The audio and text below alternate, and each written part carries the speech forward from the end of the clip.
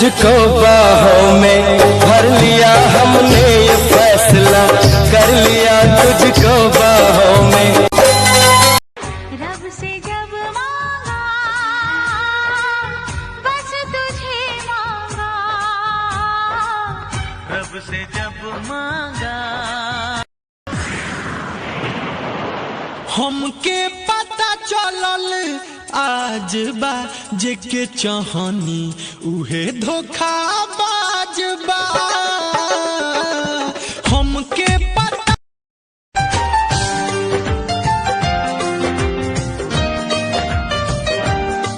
आपके प्यार में हम संवरने लगे देख के।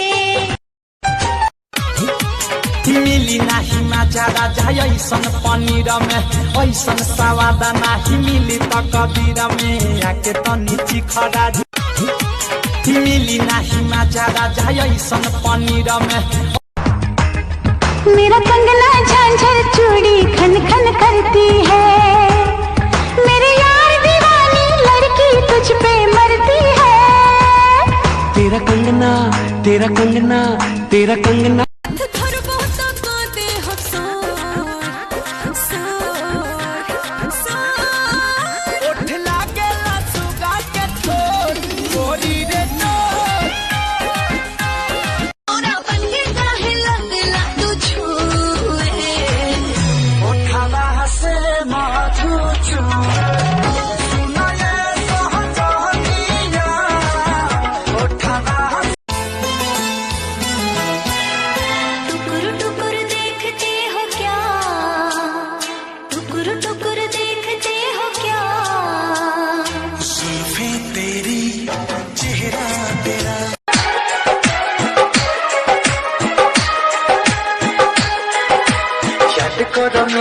रतिया हो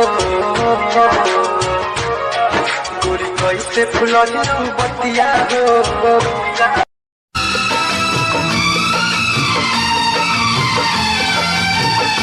दूर तुमसे रहूं तो हो बेचैनिया, दूर तुमसे जान जाई हो तथा के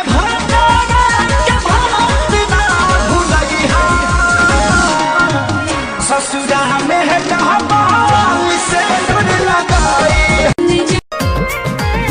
14 के तीला 20 के बारात हो, यही टेंशन में हम तो कुछ नहीं खिखात हो। अब से न करी बहाना